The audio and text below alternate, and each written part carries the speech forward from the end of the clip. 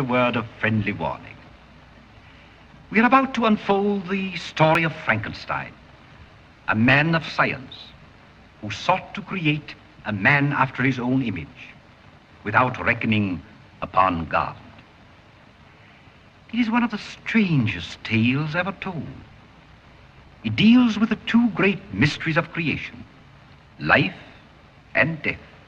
Artificial intelligence, or AI, is an idea that we have spent wakeless nights and endless fascination towards since the very inception of the computer on both ends of the globe. Though, what image popped into your mind when you heard the word AI? Was it maybe Arnold Schwarzenegger as the Terminator, Ultron, or perhaps Hal from a 2001 Space Odyssey? Maybe if you're from the eastern end of the globe, it was maybe Astro Boy or the Major from Ghost in the Shell. Not all of them, but a few of them have something in common. Humankind's fear of our creations turning upon us. This fear is not new at all. It can be traced back to the Hebrew myths of the Golem or to Mary Shelley's landmark novel Frankenstein, or the modern Prometheus. First, many of you are familiar with the story of Frankenstein, but for the uninitiated, Frankenstein is the story of, well, Victor Frankenstein. Oh yeah, Frankenstein is a scientist, not the monster. Frankenstein is a dream of creating a being in his own image, and through the process of exhuming graves for parts of the deceased and sewing them together, and through an unspecified process, gives his creation life. The novel, it is not stated if this has anything to do with lightning, and Igor was not in the novel. Frankenstein, now distraught over bringing this being to life, abandons the monster, and the monster, now lost and adrift, is taken in, and he teaches himself how to write and speak. Later, the monster learns of Frankenstein, and angered by his creator, giving him life and abandoning him to a world that does not understand him and even hates him, goes on a journey to find the good doctor, takes his revenge on the scientist and his family. To avoid spoiling the fantastic read in its entirety, the novel ends with Frankenstein dying and the monster's revenge now complete, leaves never to be heard from again. Unless we're talking about the sequels by Universal Pictures, then in that case he comes back. A lot. And even ends up meeting Dracula. While it is impossible for Shelley to have written this story with AI in mind, since the book was published in London in 1818, and the term first being coined by John McCarthy in 1956, a little more than 100 years after Shelley's death. Yet the broad strokes of a scientist through his own hubris creates a thinking, a feeling machine, then that machine, through contemplation, takes its revenge on its creator, or in some cases on humankind itself, seems so ingrained into the way we perceive the topic. Why do we do this? Well, that may be because the basic outline has been taken and used in a number of popular science fiction stories whose main topic is artificial intelligence. Let's use an example. In 2001 Space Odyssey by Stanley Kubrick, a group of astronauts, along with the ship's AI, HAL 9000, are on a mission to Jupiter. HAL is supposedly programmed without air. For all intents and purposes, is perfect. Spoiler alert, HAL ends up malfunctioning and turns on the crew and tries to murder them for the sake of the mission. And Dave ends up deactivating HAL and is the only survivor. And stuff gets trippy. Very trippy. Okay. How about Blade Runner by Ridley Scott? There are machines known as replicants that are almost indistinguishable from humans, but are indeed machines. Unsatisfied with living for only 4 years, a group of them, led by Roy Batty, who is also a replicant, turns against their creator, Dr. Eldon Tyrell, and are on a quest to force him to extend their life. Tyrell hires a Blade Runner to hunt them down, but unfortunately for Dr. Tyrell, he ends up murdered by his own creations, namely Roy Batty. I think we're starting to notice a trend.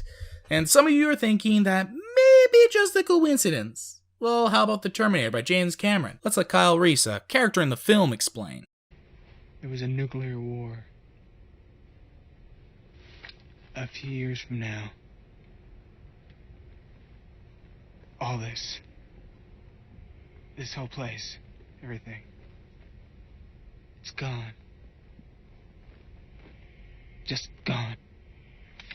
The survivors. Here. There. Nobody even knew who started it. It was the machines, Sarah. I don't understand. Defense network computers. New. Powerful. Hooked into everything. Trusted to run it all. They say it got smart. A new order of intelligence. Then it saw all people as a threat, not just the ones on the other side. Decided our fate in a microsecond.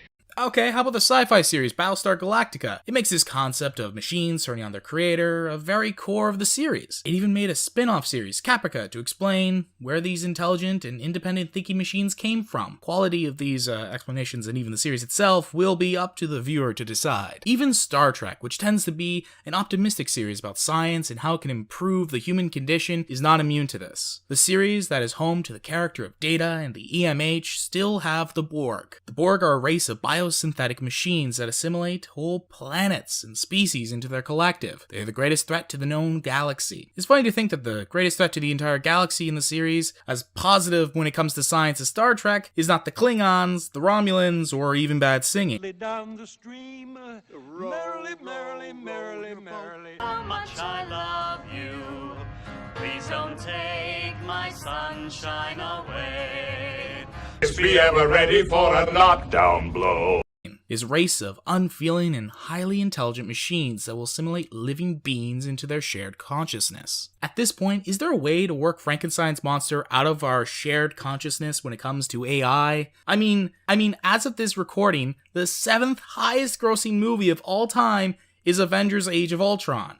A movie about how, through Tony Stark's hubris, he creates a thinking and feeling machine that, though, I think you get the picture. I mean, at this point, Frankenstein's monster has become a pop culture icon. This is good and is bad. The good is that we have a fantastic horror sci-fi novel and a series of amazing films and some not so great films. The bad being that Frankenstein and the modern Prometheus has become almost a cheat sheet for writers to use in both film and even new art forms like games. But why is Frankenstein's monster our go-to allegory for AI when much more direct writings on the subject are out there, like Isaac Asimov's I, Robot, which itself was not spared from being torn apart and sewed back together again with these parts at its core? Why do we do this, and why do we enjoy it so much that it has become a trope in and of itself? One answer may be because of religion, mainly that of Judeo-Christian morals are very entrenched into our culture. This idea of we should not play God, that our sins may bring about terrible consequences and pay dearly for these transgressions. The crazy scientist plays in a realm he does not understand and ends up being destroyed by the very thing he wished to understand. That would be a very valid idea, but we see this even in works of fiction that is not written by Western or Christian authors, that also use this trope of man defying nature, deserving to be punished. Another idea is perhaps surrounding the time which both the 1818 novel and the 1931 film had come into conceptions. It is common knowledge to those who enjoy digging a bit too deep into literature or pop culture that stories of those days tend to reflect the time period's ideas, morals, or even fears and anxieties. When Frankenstein and the modern Prometheus stumbled into England back in the 1800s, the country was still wrapped in industrialization, Victoria-era reforms, and science was starting to burst into the scene, explaining the mysteries of the universe. It would make sense that the monster they feared was created by a man's hubris, defying God, would be, in an egotistical manner, try to create life, and pay dearly for it as the moral of the story. Then, what's that say about us now? What does that say of our fears and anxieties that these stories still today end up being released with morals from an almost 200-year-old story with ties even deeper into history we would use as a backbone for our own modern stories? Is it just a hero's journey scenario, or is it something deeper and possibly more insidious at play? Maybe as we encroach closer to the day of the singularity, we may end up abandoning Shelley's cautionary tale and embrace Asimov's more optimistic outlook, and intelligent machines will be our greatest ally rather than our greatest threat. Though, that is for you to decide. Though if Hollywood is to be believed, we'll be wiped out in a nuclear fallout well before that even happens.